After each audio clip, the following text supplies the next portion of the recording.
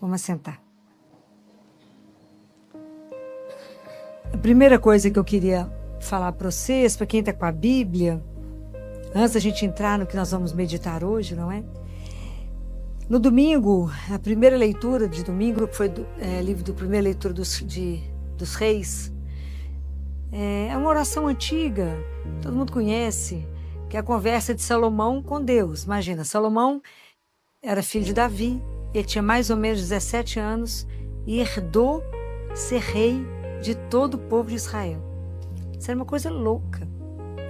Então, ele dorme e no sonho Deus vai visitá-lo. Pergunta para ele, o que você quer, Salomão? Você já parou para pensar se Jesus chegasse diante de você agora e perguntasse, o que você quer? A resposta de Salomão foi encantadora. Ele falou, eu preciso de um coração sábio, eu preciso de inteligência, eu preciso de sabedoria para guiar seu povo, que é numeroso demais. Ele não pediu dinheiro, ele não pediu vida longa, ele não pediu que matasse os inimigos, não pediu riqueza. Essa oração agradou tanto a Deus que ele falou, mas eu vou te dar um coração e uma inteligência que nunca vai ter, nem antes de você, nem depois de você. Nunca mais se ouviu dizer em alguém tão sábio quanto Salomão. E mais eu te dou o resto, nunca existiu um rei tão rico quanto Salomão. Não fala assim, nunca ninguém vestiu tão, nem Salomão, alguém vestiu tão lindo como Salomão. O luxo, a riqueza de Salomão, tudo Salomão teve, porque ele fez a oração certa. Então as pessoas falam assim, mas eu queria pedir a Deus sabedoria. Como é que faz para pedir a Deus sabedoria? Está na Bíblia? Alguém conhece? Está na Bíblia isso? Está ou não? Está aonde? Aonde? Alguém está rezando comigo, que eu já passei a cola. Está no livro de sabedoria de Salomão. Isso não tem nas Bíblias evangélicas. As Bíblias evangélicas faltam alguns livros em relação aos nossos, né? Está na sabedoria de Salomão, que está logo depois de Cântico dos Cânticos. É depois de Cântico dos Cânticos. É porque minha Bíblia é de Jerusalém, então ela é... A sua é de Jerusalém? É? A de Jerusalém você vai na página 1119. Então, é a oração de Salomão pedindo sabedoria. É lindo. Deus de nossos pais e Senhor de misericórdia, que tudo fizeste pela vossa palavra. É lindo, ele pede a sabedoria. Então, é uma oração para rezar todo dia. Então, vocês ficaram tão encantados com a oração de Salomão. Estou trazendo aqui para vocês a oração que vocês podem fazer todo dia. Eu pulo os versículos que fala, fizeste-me rei, não sou nada disso, eu pulo os pedaços, falo naquilo que é prático e rezo essa oração. A oração é belíssima, é lindo, fala que a sabedoria vai, ela que tudo sabe e compreende, prudentemente me guiará em minhas ações e me protegerá com a sua glória, e minhas obras serão assim, bem acolhidas, né? Fala aquilo, é linda essa oração. Acharam? Está no Amém ou na Misericórdia? Acharam? Então tá, então isso é uma coisa para vocês poderem, para vocês terem, né? Para quem quiser ler, quiser conseguir a sabedoria. E a outra coisa que eu trouxe para vocês, que a gente vive num mundo hoje que pecado não existe, não é assim? Você fala em pecado, o pessoal fala, o quê? Que negócio que é esse? Nem existe essa palavra mais. Mas existe um livro que porque o pecado ele é muito bem descrito na Suma Teológica de Tomás de Aquino. Mas as Sumas Teológicas de Tomás de Aquino, aquela luta. Mas esse autor aqui, ele fez um compilado de Tomás de Aquino. Os 7 pecados capitais. E aqui ele explica quem são as filhas do pecado, a mãe e o pai do pecado, a luta. Vocês vão cair duro, comentar das coisas que vocês vão ler. Mas é importante que a gente precisa ler. Ele fala desde São Gregório Magno, vocês vão descobrir que Gregório, antes de ele ser papa, ele foi prefeito de Roma. Olha que legal. Tá bacana, de um pai muito rico. Por que ele virou Magno? Por que ele é um papa Magno? A gente não sabe de nada, né? Fala São Gregório Magno, não sabe nem o que está falando, né? Bom para estudar. Então, vocês vão gostar de ler, porque é tudo muito explicado, porque a lista de São Gregório, dos pecados, que era papa, de São Tomás, e eles vão explicando, explica capítulo por capítulo. Então a gente precisa ler, precisa ter conhecimento para poder ensinar, para aprender, para viver bem e para ajudar os irmãos que não leem nada. Não é assim? Porque tem uma turma que não lê nada, né? Então a gente precisa ajudar uns aos outros. Então esse livro, a Paty tirou foto, né, Paty? Você põe aí na internet, né? Para o pessoal. E, então, porque é tudo baseado em São Tomás de Aquino. Se não fosse tão sério, eu não passaria para vocês, tá bom? E o outro livro,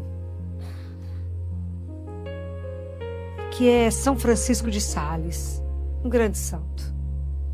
E esse livro aqui chama Filoteia. O que significa Filoteia? Filoteia é a alma que ama a Deus. Então, no livro ele descreve assim, Filoteia, faz isso assim, assim. Quer dizer, alma que ama a Deus, faça isso. Esse livro não foi escrito para padre, foi escrito para leigo. Esse livro é para nós. Para nos ensinar a caminhar. Fácil, demais. Facílimo livro. Mas a gente tem que caminhar, ok? A nossa caminhada espiritual não é uma brincadeira. Então, você tem que começar a levar a vida mais a sério, ok? Então, esse livro é um livro bacana. É um livro assim, para você ler, reler. Esses livros densos, né? A gente não consegue pegar e ler de ponta a ponta. Você lê um pedaço, vai meditar uns dias, depois lê outro pedaço, medita tudo. É assim. Como é que é? É muita informação. Isso, principalmente porque a gente não tem treino. Né? Porque tudo que eu estou trazendo aqui para vocês é uma outra linguagem, é abrir um outro universo, é essa consciência que a gente precisa desabrochar em nós, né? Então tem que colocar vocês a caminho, né? À medida que eu vou caminhando, eu vou empurrando vocês também. Vambora, né? Vão andando, porque, né? Tem que pôr vocês para ler. E nada assim, só gente boa, porque Tomás de Aquino, São Francisco de Sales, é só gente de peso.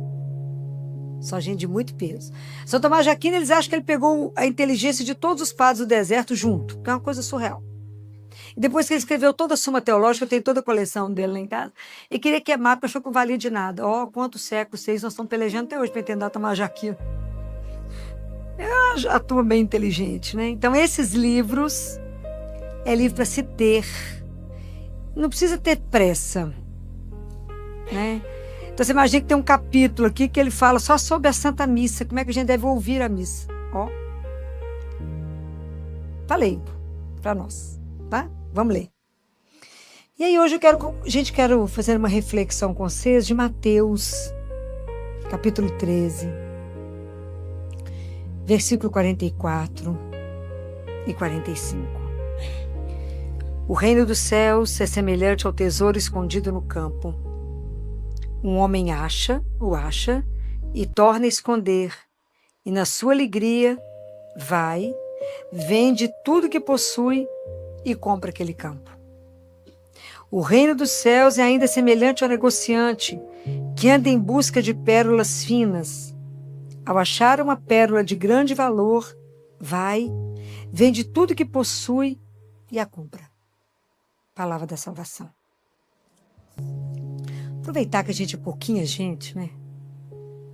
Quando a gente escuta, vocês escutaram, vocês foram à missa, tenho certeza.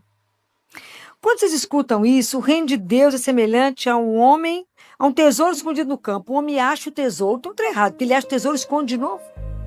Você fazer isso? Você fazer isso? E? O que é esse tesouro? E o que é essa pérola? Vocês escutaram isso, foram para casa do mesmo jeito que entraram na igreja ou pensaram no assunto? De verdade. De verdade. Se a palavra de Deus não entrar no meu coração e não fizer disso vida, serviu para quê? Para nada. Ok? A palavra de Deus tem que gerar em mim vida. Eu tenho que me fazer pensar o que é essa pérola, o que é esse tesouro. Se não entendi, Jesus explicou isso. O reino de Deus é semelhante a um tesouro, o homem vendeu, guardou.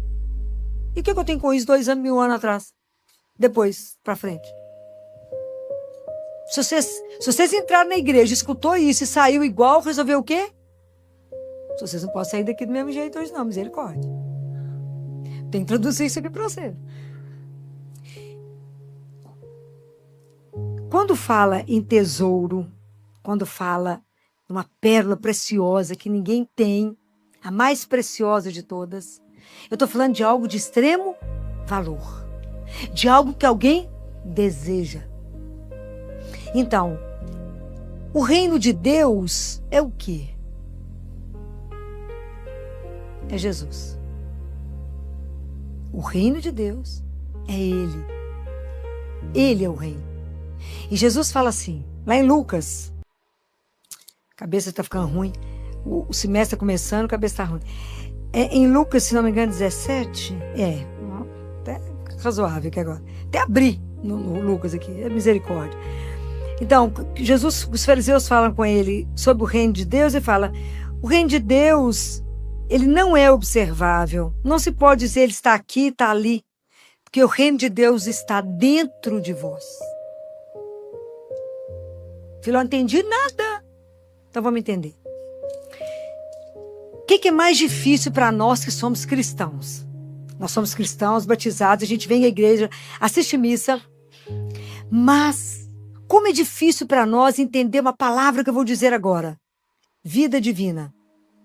Deus habita em mim, Deus habita em você. Você acredita nisso? Fala mais ou menos, mas nunca pensei sobre o assunto. Estou falando mentira? Não. Mas não somos batizados? Somos. Então o dom que nós recebemos de Deus é a vida de Deus em nós. Qual que é a única coisa que pode tirar Deus de nós? O pecado. O pecado é que corta. Mas Deus veio habitar em nós. Então, mesmo nós sendo católicos, cristãos, batizados, crismados, fazemos um monte de retiro, a nossa vida espiritual, pensa nessa imagem que eu vou dizer agora. Lembra do mar e pensa numa madeira boiando. A nossa vida divina é assim. A nossa vida, quando fala em vida divina, ela está na superfície. Eu não mergulho. Compreender? Mas não é exatamente essa imagem? Não, sou cristão, sou católico, mas o que isso faz de diferença na sua vida? De verdade.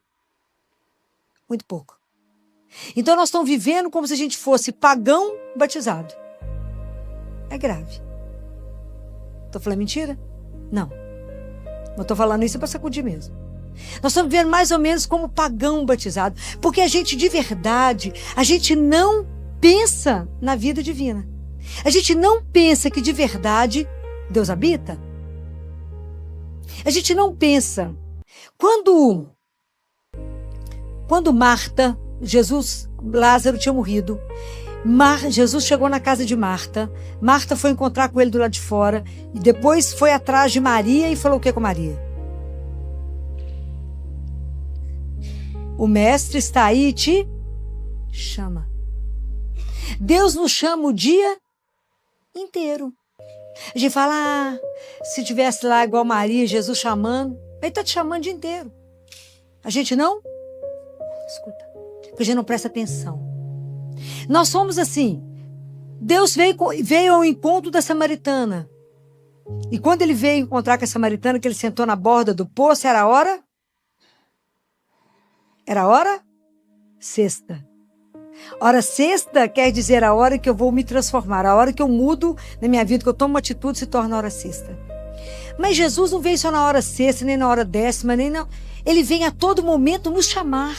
Como ele sabe que a gente não pode ficar aqui o dia inteiro de pendurado no pé dele, ele fez do nosso coração um sacrário.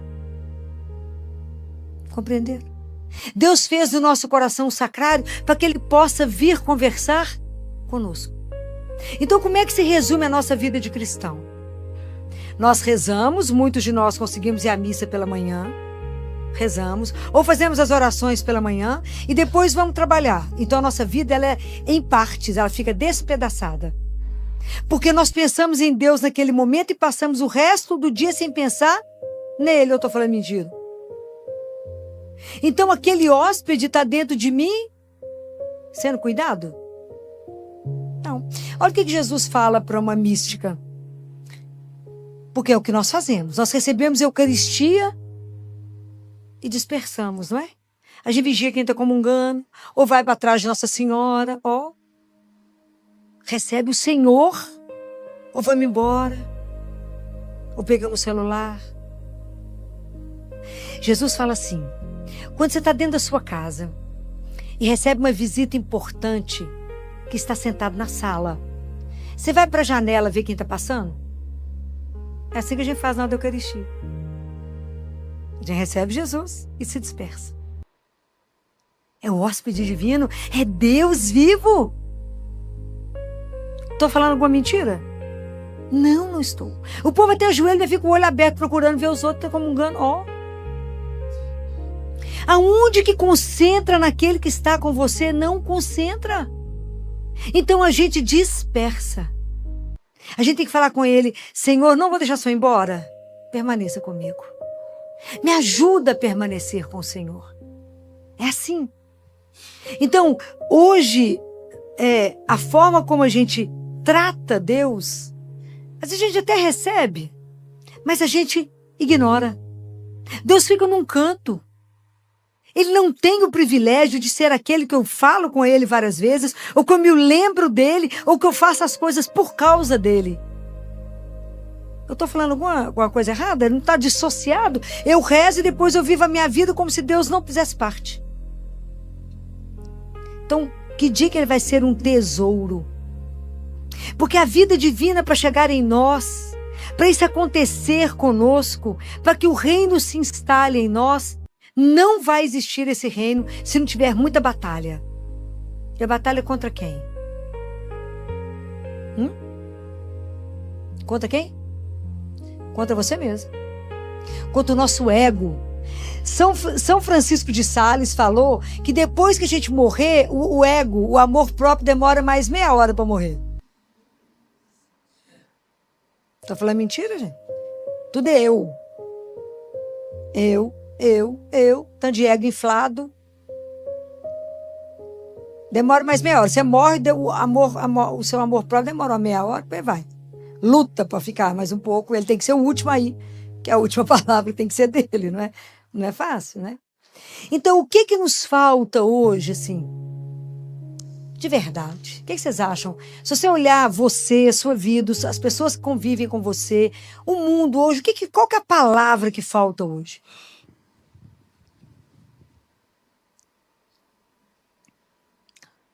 É o recolhimento. Porque para que essa vida divina, até que eu tome consciência, encontre esse tesouro e vou com alegria. Como é que Jesus é terrível? O que ele fala na alegria? Sabe o que São Tomás de Aquino fala disso?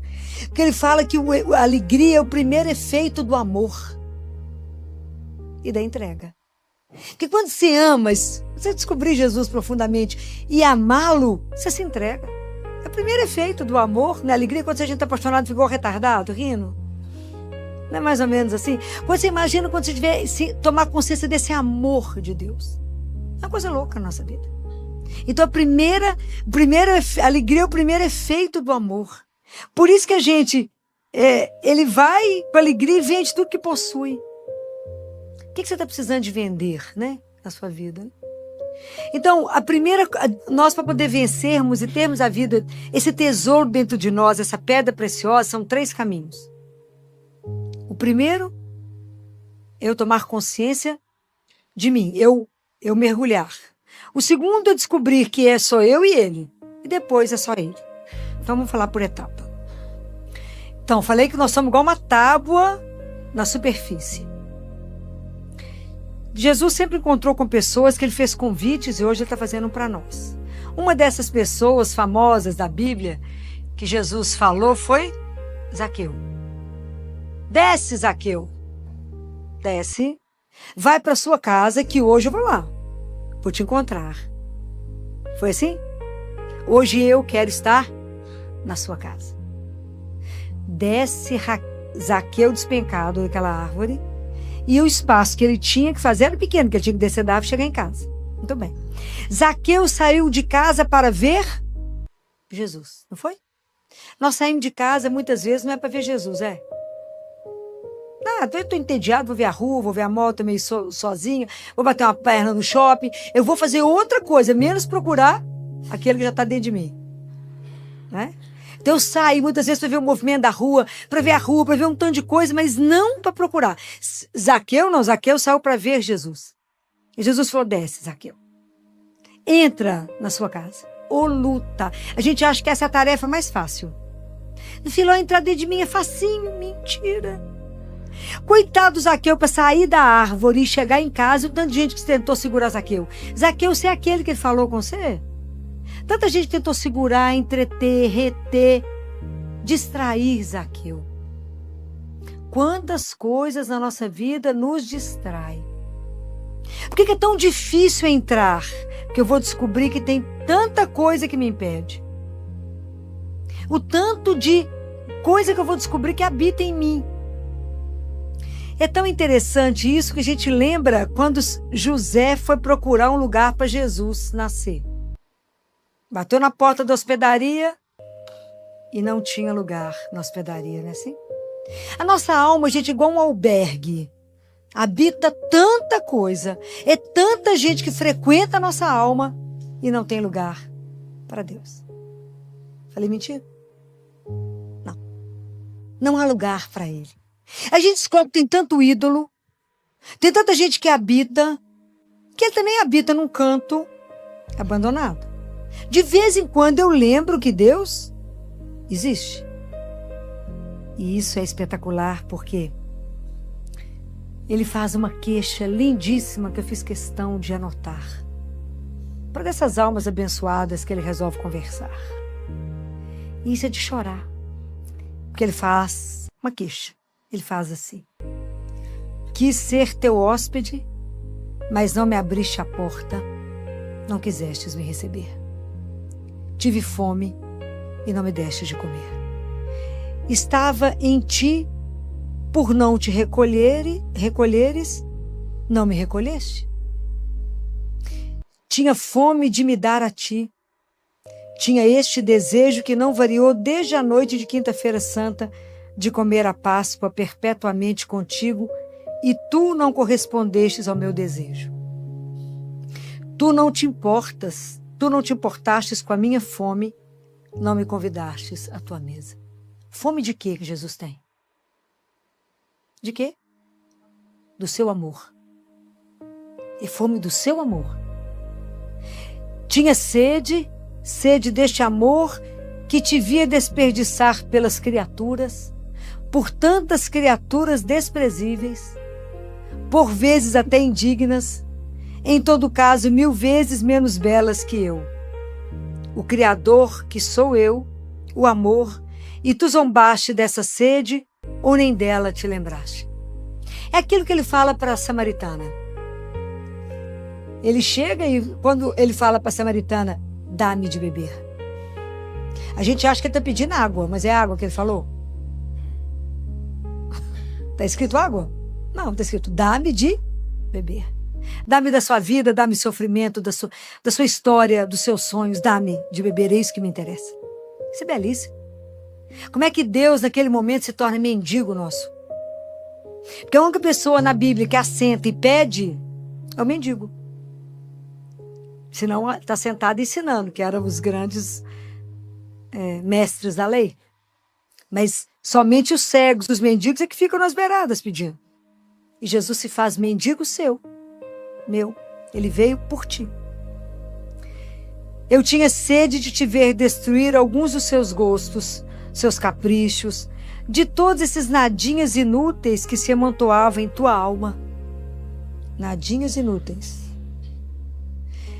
E nela espalhava a mais lastimosa desordem, para poder eu, o essencial, reinar nela como Senhor absoluto. Percebe a distância que nós estamos disso? De entender o que é esse reino em nós? E tu nada percebestes, nada compreendeste, ou se percebeste, nada quiseste comigo. Admito que te seja penoso abandonar o nada pelo tudo. Já observaram como é que o inútil nos chama atenção? É impressionante. O tanto de coisa que nos dispersa no inútil. Mas afinal, não te fiz eu um ser racional? Não te naturalizei divino? Então, quanto é difícil para nós entender que dentro de nós habita Deus, que tem uma vida divina em nós, que nós temos uma alma, que se eu não cuidar dela, ela pode ser salva, ela pode morrer, ela pode sofrer uma condenação eterna. E mesmo assim, a gente não desperta. A gente não acorda. A gente vai levando a vida, parece que está dormindo. Há uma alma em mim que eu não cuido. Eu não leio, eu não me alimento da palavra, eu não me alimento da Eucaristia, eu não faço os meus sacramentos, eu não cuido da alma. Eu cuido do corpo. Faço ginástica, tô mandando ninguém parar de fazer isso. Faço ginástica, eu faço botox, eu vou no salão, pinto cabelo, corto cabelo, eu faço isso. E isso tá em dia. Mas a alma tá desidratada, desnutrida, asmática, qualquer coisa. Anêmica, ó. O teu povo tá desmaiando fácil? É porque a alma tá fraca. Vocês acham que eu tô brincando? Tá não. Que povo desanimado com a vida. Ah, que desânimo. Ah, que luta. Hã? Ó céus, ó luta. É que tá faltando o quê? Como que não tem consciência que existe a alma?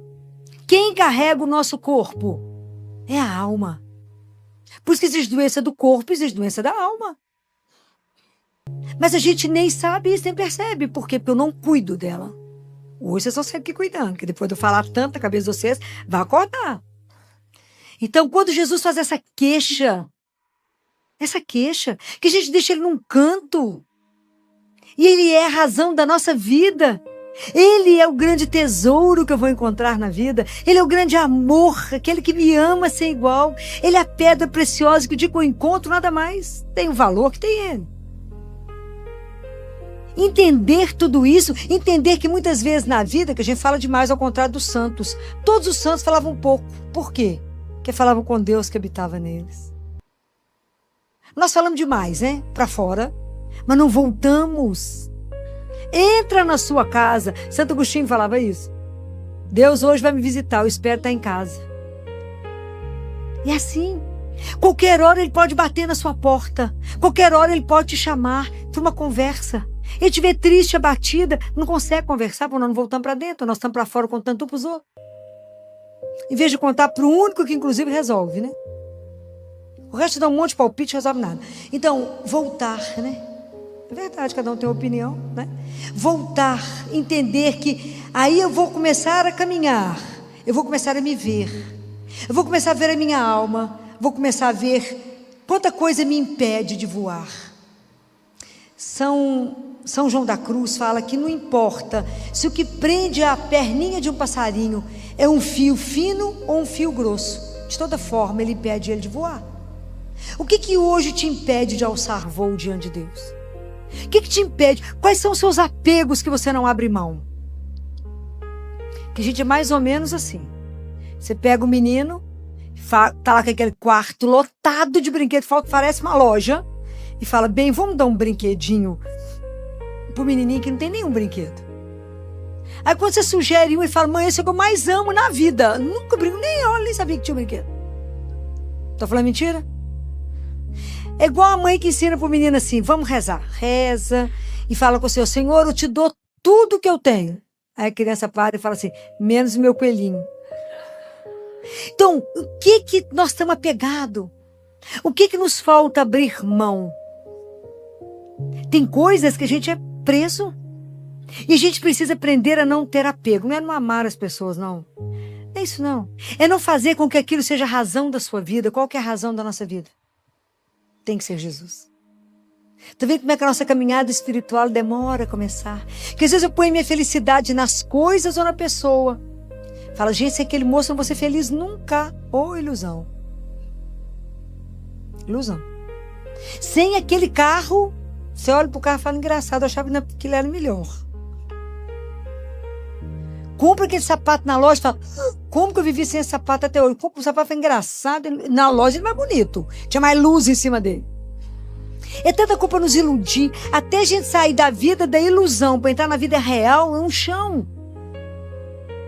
Então eu descubro que Deus habita em mim.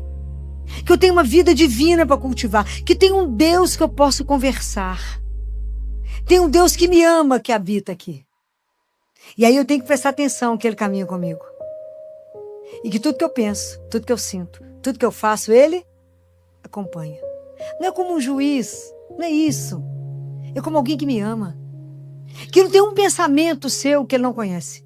Não tem um sentimento que entrou nesse corpo que ele não conhece. Mas que ele está ali para te amparar, para te acolher. Ele sim é aquele que você pode conversar. Ele sim é aquele que eu posso me voltar. Vai ler o castelo lá de Teresa de Ávila. Ela fez esse caminho que eu estou tentando ensinar. Claro que o caminho é mais dividido. Só estou falando 3 etapas aqui.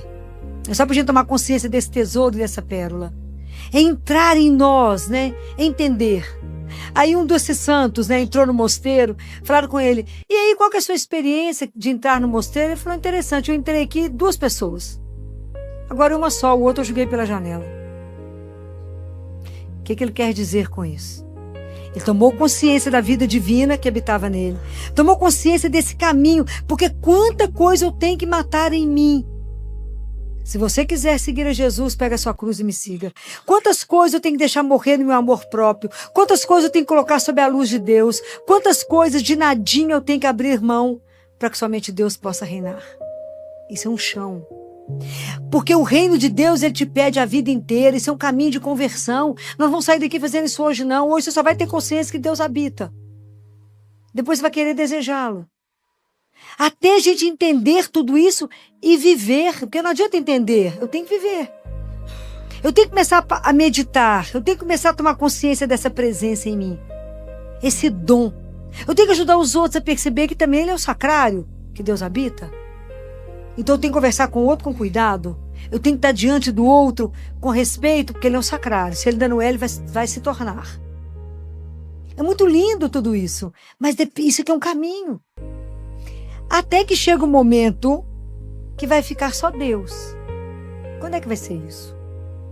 É quando eu caminhar de tal forma em união com Ele, que a única coisa que eu vou desejar na minha vida é o quê? Fazer a vontade dEle. A minha vontade e a dele já é igual. O que Jesus falava do Pai?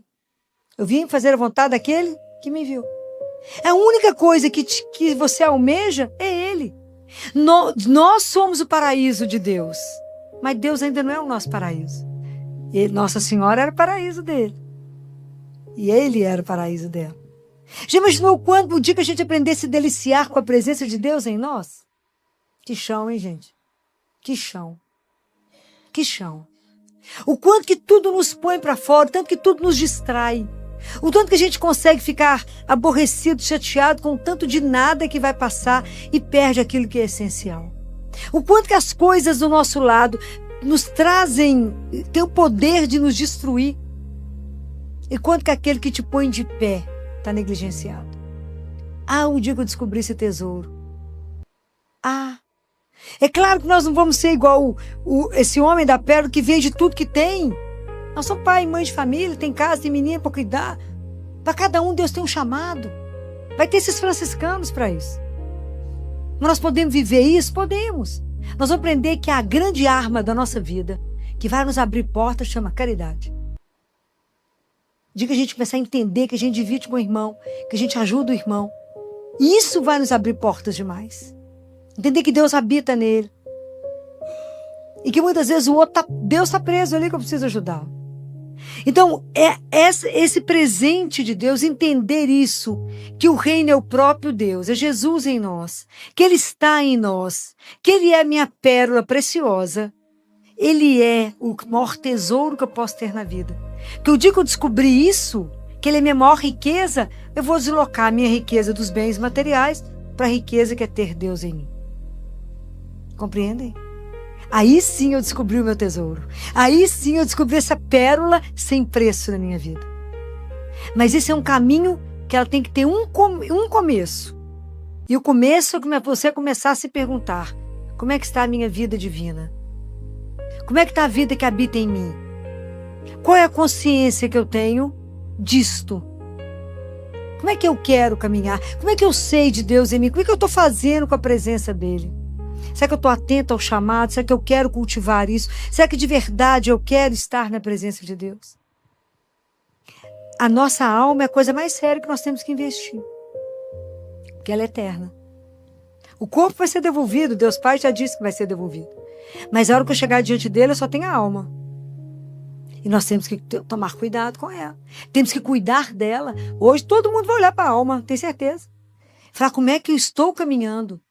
Porque é preciso que a gente descubra isso para que eu possa despertar o meu irmão que está aquela tábua navegando lá em cima do mar, sem saber que ele pode mergulhar nele mesmo. A palavra de Deus é rica demais. E a gente não imagina que isso está querendo dizer de nós.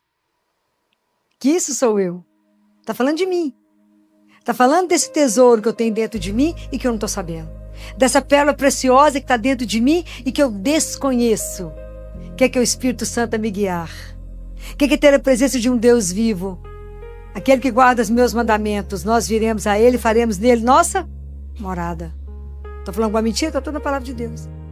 Como que a gente demora a despertar para isso, né? Mas o importante é já ter despertado. Entender que eu não sou só carne.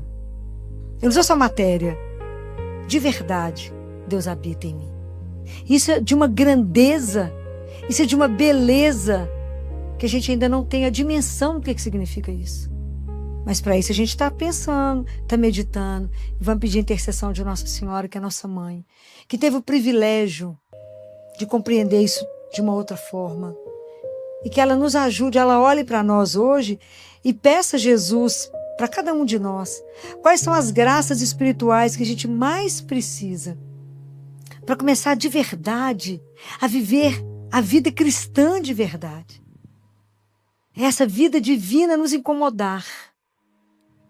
A estar atento, a não ter a vida despedaçada, a não ter a vida em 2 momentos, mas ter a vida com Deus de forma contínua. Várias vezes por dia lembrar dele, pensar nele, conversar com ele.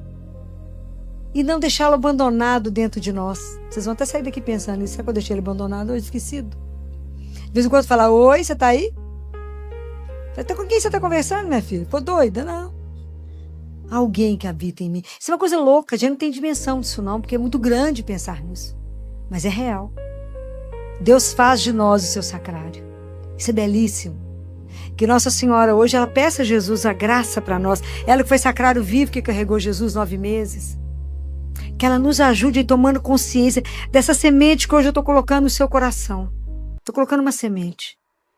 É o reino de Deus, é assim mesmo, vai crescendo. Que a gente dorme e o reino cresce, não é? Jesus vai trabalhando à medida que eu permito. Fala, entra, Senhor. Vem cear comigo, me ensina, me ajuda. Peça ao Espírito Santo para te conduzir. Fala, Jesus, eu quero ser igual um menino, me dá a graça da infância espiritual. Me dá a mão, me conduz. Eu que sou ignorante do ponto de vista espiritual. Eu quero, de verdade, viver esse dom belíssimo que o Senhor me deu, de colocar em dia a minha vida de batizado.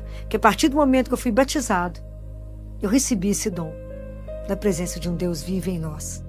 E que a nossa vida possa revelar para todos aqueles que não sabem que em cada um de nós, de verdade, Deus habita.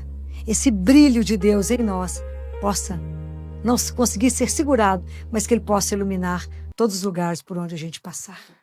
Louvado seja nosso Senhor Jesus Cristo. Você pode ficar de pé? Oi!